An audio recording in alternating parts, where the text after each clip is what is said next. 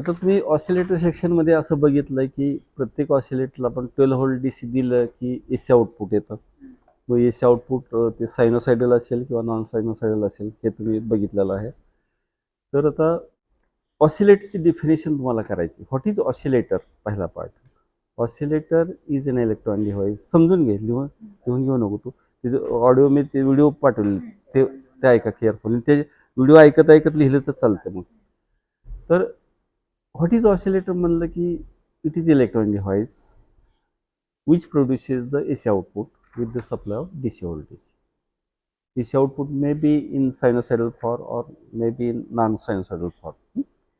पण ऑसिलेटरची definition in general असं सांगायचं. दुसरा प्रश्न, what are the types of the oscillator? तर दोन टाईपचे oscillators. There are two types of the oscillator. One sinusoidal oscillator and second non sinusoidal oscillator. तिसरा प्रश्न असा असेल की what are the example of sinusoidal oscillator? It is a phase shift oscillator, it is Colpitts oscillator, crystal oscillator आहे. These are the three example of sinusoidal oscillator. What are the example of non sinusoidal oscillator और relaxation oscillator? Relaxation oscillator means non-sinusoidal oscillator. That is, what are the example of non-sinusoidal oscillator? Voltage shift generator, square wave generator, आणि दुसरं sawtooth म्हणजे sawtooth wave generator आहे.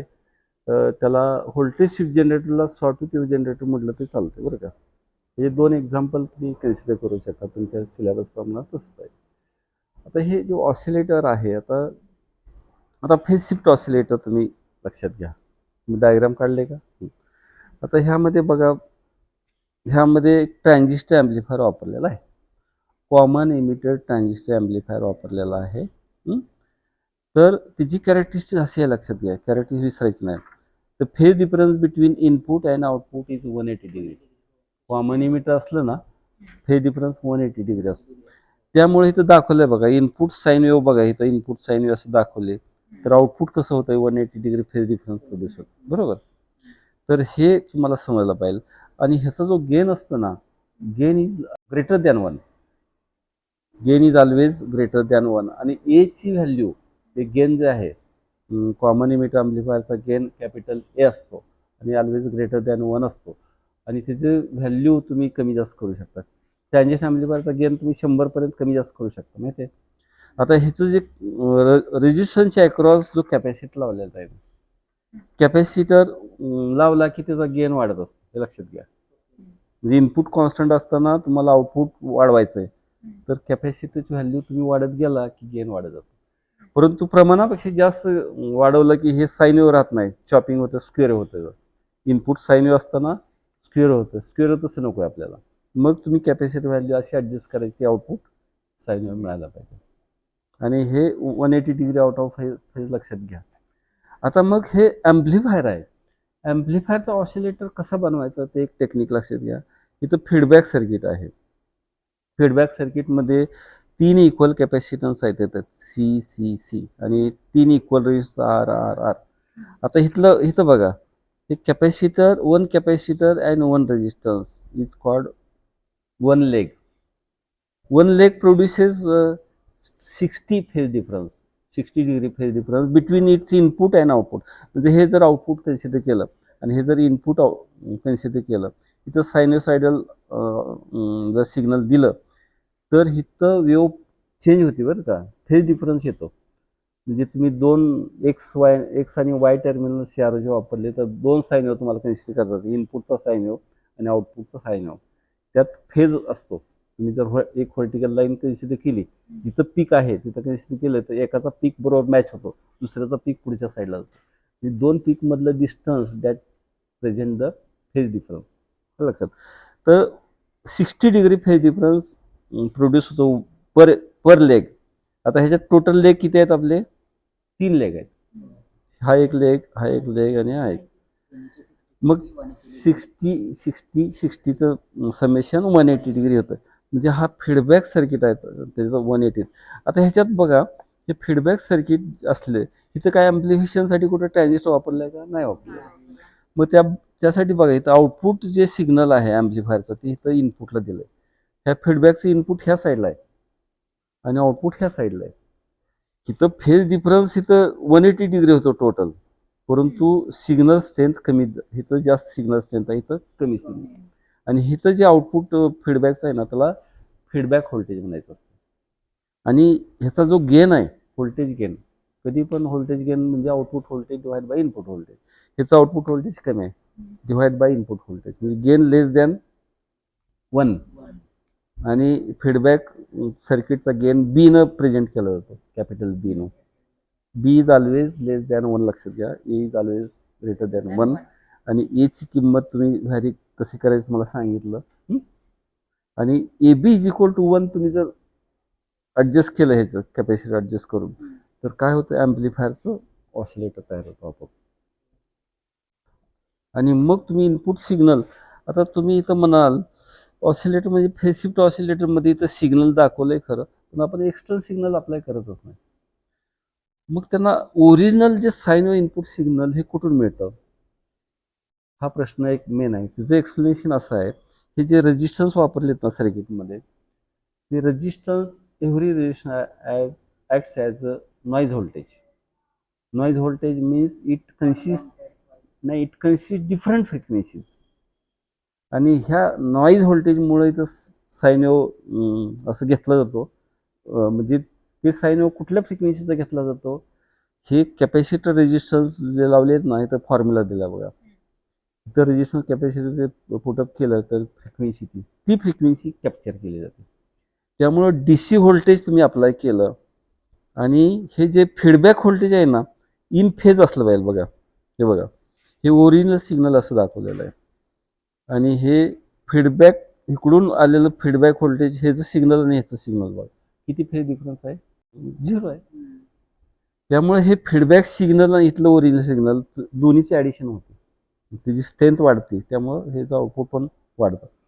म्हणजे ह्याचं DC voltage दिलं की oscillation मिळण्यासाठी A B is equal to gain हे जर मॅच झालं, दुसरी condition feedback voltage should be in phase with the original input signal, ही कंडिशन मॅच होत असते, हे मॅच झालं. आणि मग सस्टेंड ऑसिलेशन मिळतात. DC व्होल्टेज दिलं की सस्टेंड ऑसिलेशन म्हणजे ऑसिलेशन ऑफ कॉन्स्टंट ॲम्प्लिट्यूड, लक्षात. आणि ह्याला बार्कहाउसेन क्रायटेरियनचा फॉर्म्युला आहे हा, A B is equal to 1. What is Barkhausen criterion, तर तुम्ही सांगितलं पाहिजे A B is equal to 1, where A is the voltage gain of the common emitter amplifier and B is the voltage gain of the feedback circuit. Here A is greater than 1, B is less than 1. हे बार्कहाउसेन criterion, तर हे लक्षात ठेवा. ठीक आहे. आता ह्याच्यात oscillation तयार झालेत, ह्याच्यातला एक महत्त्वाचा प्रश्न तुम्हाला एक्झामला किंवा इंटरव्ह्यूला पण विचारला जातो, फ्रिक्वेन्सी जिथं जिथं असते तर व्हॉट इज फ्रिक्वेन्सी, असा एक प्रश्न असतो. तर frequency is number of oscillations in 1 second. काल तुम्हाला ते व्होल्टेजचं उदाहरण दिलं होतं, पॉवर जनरेटर कसा असतो, एका सेकंदात 50 रोटेशन होतात. म्हणजे तिथं फ्रिक्वेन्सीचं डेफिनेशन काय होईल, number of rotation per second, किंवा तुम्ही number of oscillations in 1 second, that is the frequency. आता टाइम पिरियड, दुसरा एक प्रश्न असतो time period. What is time period, it is time required to complete 1 oscillation, is called time period. Okay. आता time period आणि frequency याच्यातलं relation काय, inversely proportional. पण फॉर्म्युला कसं सांगशील, समजा F is the frequency, T is the time period, F is equal to 1/t. Frequency कशात मोजली जाते, हर्ड्स मध्ये मोजले जाते, किलो हर्ड्स मध्ये. बरं, 1 किलो हर्ड्स म्हणजे किती हर्ड्स, 1000 हर्ड्स. 1 मेगा हर्ड्स म्हणजे किती हर्ड्स, 1 मेगा हर्ड्स म्हणजे 10⁶ हर्ड्स. मग 1 मेगा हर्ड्स म्हणजे किती किलो हर्ड्स, 1000 किलो हर्ड्स म्हणजे 1 मेगा हर्ड्स, हे लक्षात ठेवा. करेक्ट. टाइम पिरियड जे आहे ते आपण कशात मोजतो, मिली सेकंद मध्ये कधी कधी मोजला जातो. मग मिली सेकंदचा आपण सेकंद मध्ये कन्व्हर्ट करतो. ते कसं करायचं, 10⁻³ न मल्टिप्लाय करतो. कधी कधी आपलं CROचा यूज करून मायक्रो सेकंद पण असतं, मग त्याचं सेकंद कसं कन्वर्ट करणार, 10⁻⁶. मायक्रोसेकंदचं सेकंद कन्वर्ट करण्यासाठी 10⁻⁻6 न मल्टिप्लाय करायचं. ओके, आता ह्यामध्ये लक्षात घ्या, हे ट्रान्झिस्टर ॲम्प्लिफायरच आहे. हे जे resistance R1 R2 RC RE, हे R1 R2 आणि RE हे 3 रेजिस्टन्सेस असे हे बायसिंग रेजिस्टर म्हणतात ह्याला. तर असं बायस केलं जातं की हे base emitter junction is forward bias. तुम्हाला माहिती आहे हा NPN ट्रान्झिस्टर आहे. कलेक्टर हा N टाईपचा असतो, बरोबर. बेस हा P टाईपचा आणि इमिटर N टाईपचा असतो.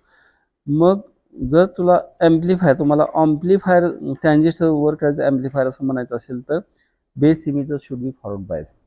म्हणजे थोडक्यात सांगायचं तर बेस हा पॉझिटिव्ह आहे, म्हणजे इथं बेसचं व्होल्टेज जास्त असलं पाहिजे इमिटर व्होल्टेजपेक्षा, तरच फॉरवर्ड बायस होईल, बरोबर ना. आता दुसरी कंडिशन अशी आहे, जर ॲम्प्लिफायर म्हणून ट्रान्झिस्टर वापरायचं असेल तर collector base junction should be reverse bias. म्हणजे इथं कलेक्टरचं व्होल्टेज जास्त असलं पाहिजे बेस व्होल्टेजपेक्षा. आता इथं बघा 9 व्होल्ट अप्लाय केले ना रेजिस्टर म्हणून 9 व्होल्ट जवळ RPR होता येतं, आणि इथं मात्र कमी असतं कारण हे 2 रेजिस्टर व्होल्टेज ड्रॉप करून कमी व्होल्टेज दिलं जातं. आणि मग ह्याच्यामुळं आता निगेटिव्ह कलेक्टर हा N टाईप आहे तरी पण पॉझिटिव्ह व्होल्टेज दिलंय ना, त्यामुळे रिव्हर्स बायस झालंय. त्यामुळं कलेक्टर बेस जंक्शन हे रिव्हर्स बायस असतं सांगायचं, आणि इमिटर बेस जंक्शन हे फॉरवर्ड बायस. हे कॅपॅसिटर काय कपलिंग कॅपॅसिटर आहे. कॅपॅसिटरचं रिॲक्टन्सचा फॉर्म्युला काय? C. If C is the capacitor, C is the capacity of the capacitor. Suppose frequency of the signal is F. Linear frequency of the signal frequency is F. Angular frequency of the signal is W. Omega. Then what is the reactance of the capacitor in terms of angular frequency and capacitance? C is equal to 1 upon omega C. What is the relation between angular frequency and linear frequency? If F is the linear frequency, omega is the angular frequency.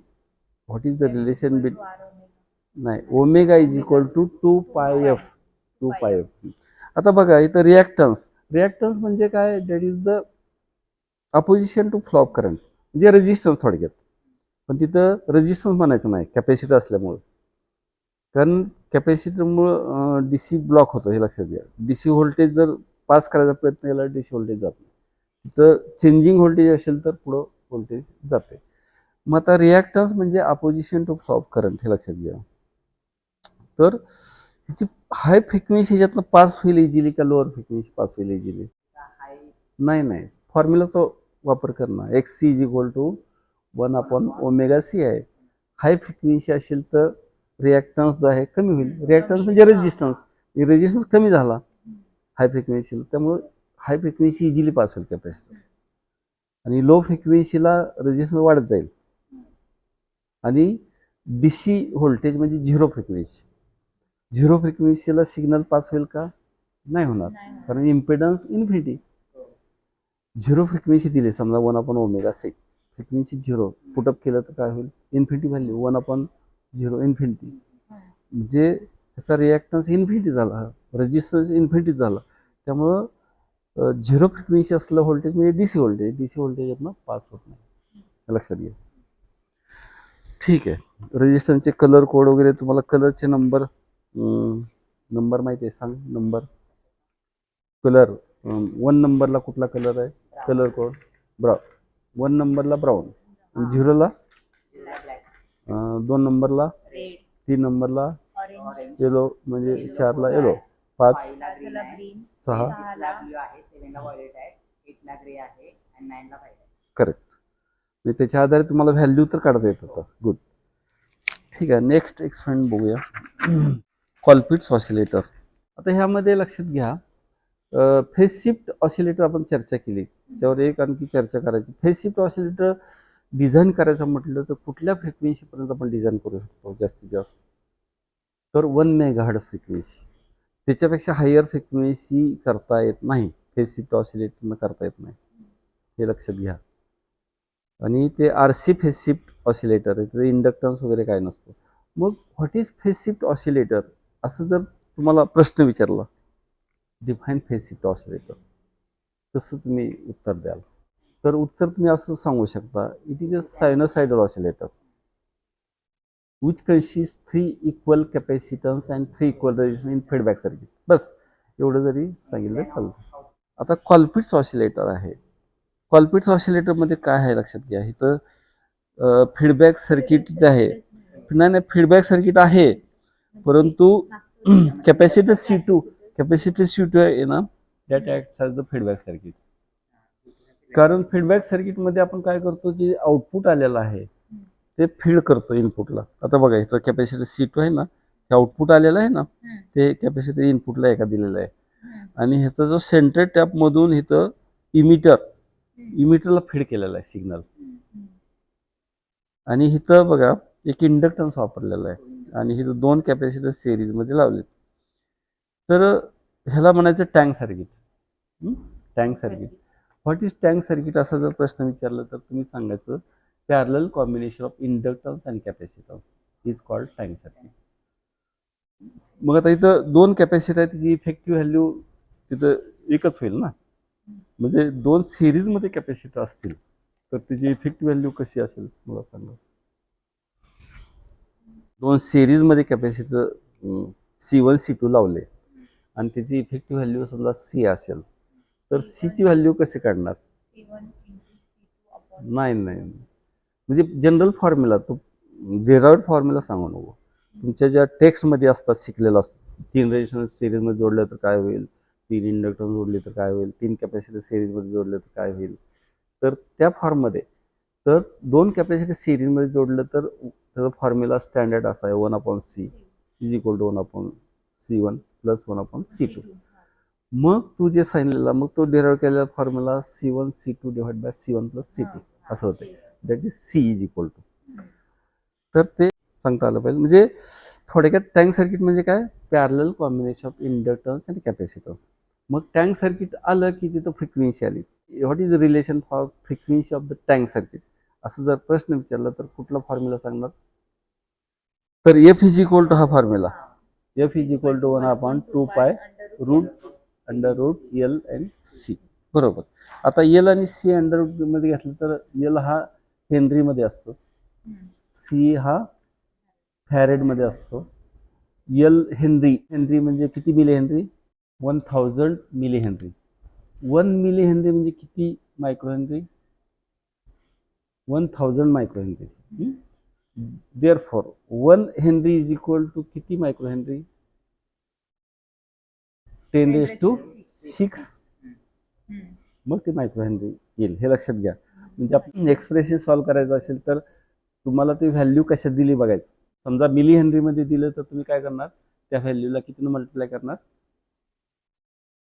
10⁻³ आणि micro Henry मध्ये दिली असेल value तर त्या व्हॅल्यूला 10⁻⁶ न multiply करायचं, हे लक्षात घ्या. कॅपॅसिटी समजा तुम्हाला पिको फॅरेड मध्ये दिली असेल तर तुम्हाला एक्सप्रेशन मध्ये वापरायचं आहे, फॅरेड मध्ये कन्व्हर्ट करायचं. तर त्या व्हॅल्यूला पिको फॅरेड व्हॅल्यूला कितीने मल्टिप्लाय करणार? 12. नॅनोला 9 असतं. आणि मायक्रो फॅरेड मध्ये व्हॅल्यू दिली असेल तर फॅरेड मध्ये कन्व्हर्ट करण्यासाठी त्या व्हॅल्यूला किती मल्टिप्लाय करणार? 10⁻⁻⁶.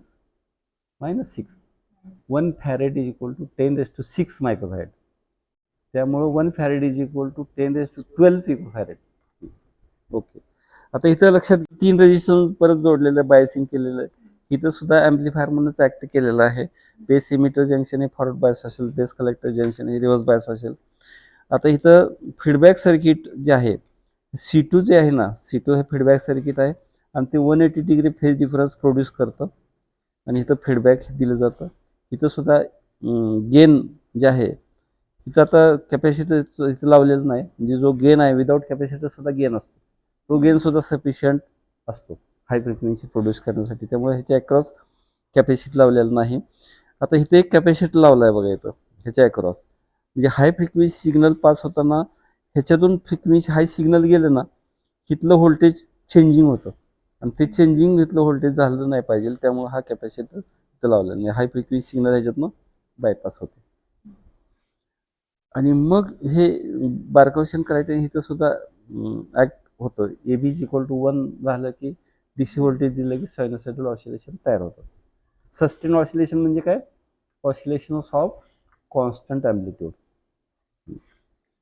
ओके, आता हे जे आहे, हा जो ऑसिलेटर आहे कॉल्पिट्स ऑसिलेटर, हा कुठल्या फ्रिक्वेन्सीला वापरला जातो? तर 1 मेगाहर्ट्झ पेक्षा वरती, मेगाहर्ट्झ असेल, गिगाहर्ट्झ असेल तर तुम्ही हे वापरू शकता. वेगवेगळे ट्रान्झिस्टर तुम्हाला NPN ट्रान्झिस्टर मिळतात. काही हाय फ्रिक्वेन्सीला वर्क होतात, काही लो फ्रिक्वेन्सीला वर्क होतात. जे ऑडिओचे ट्रान्झिस्टर असतात ते जास्त फ्रिक्वेन्सी प्रोड्यूस करत नाहीत. तर 1 मेगाहर्ट्झच्या पुढची फ्रिक्वेन्सी म्हणजे हे कॉल्पिट्स ऑसिलेटर. आता तुम्हाला ब्रॉडकास्टिंग स्टेशन तुम्हाला माहिती आहे, FM रेडिओ, आपलं सातारा आकाशवाणी, किंवा तुम्ही सातारा आकाशवाणी लावत नसेल ना, चांगली आकाशवाणी असणार, त्याची फ्रिक्वेन्सी लिहिलेली असते ना, तुम्ही जे फ्रिक्वेन्सी ट्यून करता. आता सातारा आकाशवाणीचं किती 103.1 मेगाहर्ट्झ आहे. आपण हे Colpitts oscillator 103.1 megahertz frequency oscillator बनवला. त्याला व्होल्टेज दिलं की सायनोसायडल ऑसिलेशन तयार होतं, बरोबर. आता ह्याला तुम्ही ऑडिओ सिग्नल जर इथं दिलं ह्याच्या अक्रॉस, इमिटर रेंज अक्रॉस, तर ऑडिओ सिग्नल काय होतं, ते सायनोसायडलला मिक्स केलं जातं आणि फ्रिक्वेन्सी मॉड्युलेशन केलं जातं. म्हणजे पॉझिटिव्ह वेव्ह आपले ऑडिओ सिग्नलची असेल ना, तर ते फ्रिक्वेन्सी चेंजिंग होत्या. समजा 103 मेगाहर्ट्झ असेल तर ते फ्रिक्वेन्सी कॉम्प्रेस होते, हाय फ्रिक्वेन्सी होते, कॉम्प्रेस होते पॉझिटिव्ह वेव्हमुळं. आणि ऑडिओच्या निगेटिव्ह वेव्हमुळं फ्रिक्वेन्सी एक्सपांड होती. म्हणजे 103 आहे ना, 103.1 त्याच्यापेक्षा स्लाइटली कमी होतं. ह्याला म्हणतात फ्रिक्वेन्सी मॉड्युलेशन. आणि फ्रिक्वेन्सी मॉड्युलेशनमुळं त्याच्यात ॲम्प्लिट्यूड मॉड्युलेशन पण होतं. ॲम्प्लिट्यूड मॉड्युलेशन, समजा AM मॉड्युलेशन आपल्या रेडिओला डायल वाचलं असेल ना, ॲम्प्लिट्यूड मॉड्युलेशन, तुम्ही ती पण फ्रिक्वेन्सी बनवू शकता. ॲम्प्लिट्यूड मॉड्युलेशनचं किती असतं माहिती आहे तुम्हाला? 550 किलोहर्ट्झ ते 1600 किलोहर्ट्झ फ्रिक्वेन्सी असते. आठवते का? डायलवर वाचले का कधी? ती फ्रिक्वेन्सी सुद्धा आपण जनरेट करू शकतो. आणि मग तुम्ही ऑडिओ सिग्नल दिलं तर ती सायनोसायडल, तिचं ॲम्प्लिट्यूड आहे ना, बदलत जात असं. त्याला ॲम्प्लिट्यूड मॉड्युलेशन म्हणतात. म्हणजे पॉझिटिव्ह ऑडिओ सिग्नल असेल आपला, तर समजा सायनोसायडल असेल तर ते वेव्हफॉर्म असं वाढतं. नंतर निगेटिव्हमध्ये आलं की त्याचे ॲम्प्लिट्यूड कमी होतं. त्याला म्हणतात ॲम्प्लिट्यूड मॉड्युलेशन. आणि ॲम्प्लिट्यूड मॉड्युलेशन हे काय होतं, ऑडिओ सिग्नल स्पेसमध्ये द्यायचं असेल आपल्याला, तर हे मॉड्युलेशनची गरज असते.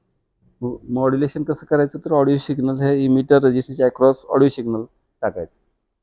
आता आम्ही एक्सपेरिमेंट करून दाखवलेलं विद्यार्थ्याला, हे कॉल्पिट्स ऑसिलेटर आहे, आपण इथं ऑडिओ सिग्नल देऊया आणि हे रेडिओ घ्या, रेडिओ ट्यून करा. समजा 1600 किलोहर्ट्झ आहे, इथं एक 1000 किलोहर्ट्झची फ्रिक्वेन्सी आम्ही जनरेट केली होती आणि रेडिओ ट्यून झालं, सिग्नल दिलं की लगेच आवाज येतो कॉर्डलेसली.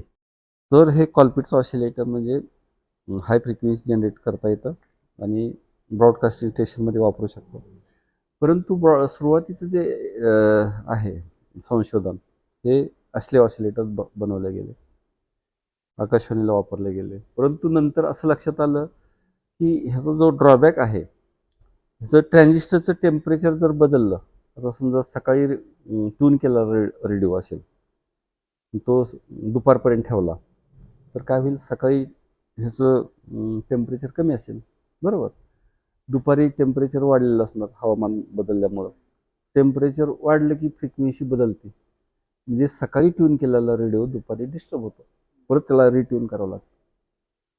हा ड्रॉबॅक आहे कॉल्पिट्स ऑसिलेटरचा. म्हणजे frequency depends on temperature of the transistor. मग असे कॉल्पिट्स ऑसिलेटर मग ब्रॉडकास्टिंग स्टेशनला वापरणं योग्य आहे का? तर नाही. मग आता दुसरं ह्याचं ॲडव्हान्स ऑसिलेटर कुठलं, तर क्रिस्टल ऑसिलेटर. क्रिस्टल ते तुम्ही बघितलं स्टील बॉडीमध्ये एक क्रिस्टल बघितलं, तर त्यात काय असतं, क्रिस्टल तुम्ही आता फॉर एक्झाम्पल तुम्ही तुमच्या लॅबमध्ये कॉर्ड क्रिस्टल बघितलं असेल, छोटे छोटे प्रिझम असतात कॉर्ड क्रिस्टलचे. मला डबल रिफ्रॅक्टिंग प्रिझम बघितला तुम्ही? म्हणजे त्यातनं दोन दोन दोन कलर दिसतात, ग्रीनचे दोन, रेडचे दोन. ते क्वार्ट्ज क्रिस्टल आहे. त्यात कॅल्साईट नावाचं पण क्रिस्टल असतो, दिसायला सारखे असतात, ओळखू येत नाही आपल्याला कॅल्साईट कुठलं आणि क्वार्ट्ज क्रिस्टल. ते एक्सपेरिमेंटली आपण ते आयडेंटिफाय करायचं असतं. मग हे क्वार्ट्ज क्रिस्टल जे आहे ना, त्याला पिझो इलेक्ट्रिक इफेक्टची कॅरेक्टरिस्टिक्स आहे. म्हणजे क्वार्ट्ज क्रिस्टलची समजा प्लेट घेतली साधी आणि त्या प्लेटला दोन्ही मेटल प्लेटमध्ये पॅक केलं समजा असं, आणि त्या 2 मेटल प्लेटला आपण AC व्होल्टेज दिलं, सिग्नल जनरेटरनं साईन वेव्ह दिलं. तर साईन वेव्ह दिलं ना, तर ते क्रिस्टल असं व्हायब्रेट होतो आत, आणि मग एका ठराविक फ्रिक्वेन्सीला ते क्रिस्टल जास्त मॅक्झिमम ॲम्प्लिट्यूडनं व्हायब्रेट होतं. त्याला रिझॉनंट फ्रिक्वेन्सी म्हणतात. नॅचरल फ्रिक्वेन्सी असते क्रिस्टलची ती. नंतर आणखी फ्रिक्वेन्सी वाढवली की परत ॲम्प्लिट्यूड कमी होतं. तर मग हे क्रिस्टलच्या वेगळ्या फ्रिक्वेन्सी बनवण्यासाठी त्या क्रिस्टलची म्हणजे थिकनेस आहे ना, वेगळी थिकनेस करायची. High frequency crystal, natural frequency high फ्रिक्वेन्सीचं बनवायचं असेल तर त्याची थिकनेस कमी करायची. त्यामुळं वेगवेगळ्या फ्रिक्वेन्सीचे क्रिस्टल मार्केटमध्ये मिळतात, आणि हे फ्रिक्वेन्सी हे कॉन्स्टंट असते, लक्षात घ्या, हे बदलत नाही. म्हणजे आता जसं ट्रान्झिस्टरमध्ये सांगितलं ना, नॅचरल फ्रिक्वेन्सी जी असते क्रिस्टलची ती कधीच बदलत नाही. टेम्परेचर जरी बदललं तर बदलत नाही. मग ही प्रॉपर्टी इथं वापरलेलं आहे. तिथं आपण काय केलं आहे, क्रिस्टल ऑसिलेटरमध्ये कलेक्टर बेसमध्ये ते फीडबॅक कॅपॅसिटी म्हणून ॲक्ट होतं. म्हणजे क्रिस्टलला धरणारे जे 2 प्लेट असतात ना, कॅपॅसिटीच असतो त्यात हे केलेलं असतं. ते सिग्नल जे जनरेट होतं ना क्रिस्टल ऑसिलेटरमध्ये, ते सिग्नल फ्रिक्वेन्सी फीडबॅक होते, आणि ते त्या फीडबॅक AC व्होल्टेजमुळं आतला क्रिस्टल व्हायब्रेट होतो. आणि मग हे टँक सर्किट जे कंपाऊंड आहेत, तिची फ्रिक्वेन्सी आणि नॅचरल क्रिस्टल फ्रिक्वेन्सी ज्यावेळेस सेम होती, इक्वल होती, आणि असं जर डिझाईन केलं तर ते स्टेबल फ्रिक्वेन्सी तिथं जनरेट होते. आणि अशी स्टेबल फ्रिक्वेन्सी एकदा जनरेट झाली की मग that frequency is independent on temperature. ट्रान्झिस्टरचं टेम्परेचर तुम्ही जरी व्हॅरी केलं तर फ्रिक्वेन्सीवर काही परिणाम होणार नाही. That is the crystal oscillator. त्यामुळं TV रिले सेंटरमध्ये किंवा FM ब्रॉडकास्टिंग स्टेशनमध्ये क्रिस्टल ऑसिलेटरचा यूज केला जातो. त्यामुळे सकाळी ट्यून केलेला रेडिओ दुपारी डिस्टर्ब होणार नाही, किंवा 24 तास डिस्टर्ब होणार नाही. आलं लक्षात? क्रिस्टल ऑसिलेटरचं हे महत्त्वाचं. हे कॉल्पिट्स ऑसिलेटर सर्किट आणि क्रिस्टल ऑसिलेटर सर्किट तुम्ही जर कम्पेअर केलं आणि ह्यात फरक काय असं विचारलं तर तुमच्या लक्षात येईल की फक्त क्रिस्टलच यूज केला आहे. आता इथं कॅपॅसिटर C3 ह्या बाजूला दाखवलं आहे, इथं सुद्धा लावू शकता ना तुम्ही लेफ्ट साईडला. तर स्टेबल फ्रिक्वेन्सी बनवण्यासाठी क्रिस्टलचा यूज केलेला. ओके, नेक्स्ट बघूया. व्होल्टेज स्वीप जनरेटर म्हणजे सॉटूथ वेव्ह जनरेटर. आता इथं बघा, इंट्रिन्सिक स्टँड ऑफ रेशो 0.6 दिलेला आहे. तर इंट्रिन्सिक स्टँड ऑफ रेशो म्हणजे काय? तुम्हाला UGT झाले का थेरी? थोडीफार UGTची थेरी नाही झाले. फक्त आता एवढं लक्षात घ्या, इथं व्होल्टेज अप्लाय केलं ना, इथं व्होल्टेज जनरेट होतं. हे PN जंक्शन आहे. इकडचा P टाईप एरो दाखव ना, P, आणि इकडचा N टाईप. इथं PN जंक्शन असतं. इथं व्होल्टेज दिलं की इथं एक व्होल्टेज डेव्हलप होतं इंटरनल ह्या UGTमध्ये, आणि व्होल्टेज डेव्हलप झालेलं ते reverse bias the PN junction. इथं व्होल्टेज अप्लाय केल्याबरोबर PN जंक्शन हे रिव्हर्स बायसचं व्होल्टेज जनरेट होतं. त्याला V1 म्हटलं जातं. इंटेन्सिक स्टँड ऑफ व्होल्टेज त्याला म्हणतात. आणि इंटेन्सिक स्टँड ऑफ रेशो कशाला म्हणायचं? V1 divide by VCC. आता समजा हे 9 व्होल्ट आहे ना, ते VCC याला कन्सिडर केलं तर V1 divide by VCC. VCC apply केल्यामुळे इंटरनल जे जनरेट होतं रिव्हर्स व्होल्टेज PN जंक्शन डायोडच्या अक्रॉस, तर त्याला V1 म्हणायचं. V1 डिवाइड बाय VCC म्हणजेच इंटेन्सिक स्टँड ऑफ रेशो. ते दिलंय बघा, 0.6 दिलेलं आहे. आता इथं बघा, V1 इथं जनरेट झालंय, त्यामुळं ह्या रिव्हर्स बायस व्होल्टेज जनरेट झाल्यामुळं व्होल्टेज इथं जरी दिलं आणि इथलं कॅपॅसिटरचं व्होल्टेज समजा VE असेल. VE का म्हणायचं तर इथं इमिटर आहे.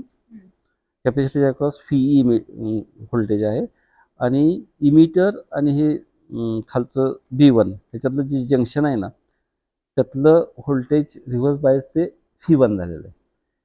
त्यामुळं VE ही जर कमी असेल V1 पेक्षा, तर हे जंक्शन रिव्हर्स बायस तसं राहतं. ज्यावेळेस रिव्हर्स बायस होतं ना, त्यावेळेस हा UGT कंडक्ट होत नाही. कंडक्ट होत नसेल तर इथला हाय रेजिस्टन्स असतो. इथला हाय रेजिस्टन्स इथं ह्या पाथमध्ये जर असेल तर कॅपॅसिटर हा चार्ज व्हायला लागतो. कॅपॅसिटर चार्ज व्हायला लागतो म्हणजेच कॅपॅसिटरच्या अक्रॉस व्होल्टेज वाढत जातो. हे व्होल्टेज ज्या वेळेस V1 पेक्षा थोडं जास्त होईल तर काय होईल, हे जंक्शन काय होईल, फॉरवर्ड बायस होईल. फॉरवर्ड बायस झालं की युजीटी कंडक्ट होईल. कंडक्ट झाला की इथला हा रेजिस्टन्स पाथ हा अगदी कमी होईल रेजिस्टन्स. त्यामुळे हा कॅपॅसिटर चार्ज झालेला डिस्चार्ज होईल. आणि त्यामुळे ते वेव्हफॉर्म आहे ना तुम्हाला दाखवलेलं हे चार्जिंग ऑफ द कॅपॅसिटर. इथं तुम्ही येस ही जी हॉरिझॉन्टल लाईन तुम्ही डॉटेड समजा इथं काढली आणि इथं तर त्याला V1 म्हणा. म्हणजे आणि हे जे आहे व्होल्टेज हे इमिटर व्होल्टेज आहे. कॅपॅसिटरच्या अक्रॉसचं व्होल्टेज वाढत चाललंय. म्हणजे हे व्होल्टेज V1 पेक्षा कमी आहे. त्यामुळं ते कॅपॅसिटर चार्जिंग व्हायला चाललेलं. त्याच्या अक्रॉसचं व्होल्टेज वाढत गेलं. आणि इथं आल्यानंतर काय होतं, VE ग्रेटर दॅन V1 होतं. त्यामुळं युजीटी कंडक्ट होईल. कंडक्ट झाला की कॅपॅसिटी इमिजिएटली डिस्चार्ज होते, ड्रॉप होईल लागेल त्याच्या अक्रॉसचं व्होल्टेज. डिस्चार्ज झाले की परत युजीटी कट ऑफ स्टेजला जाईल. परत कॅपॅसिटी चार्ज व्हायला लागेल. आणि अशा पद्धतीने शॉर्ट वेव्ह जनरेट होती.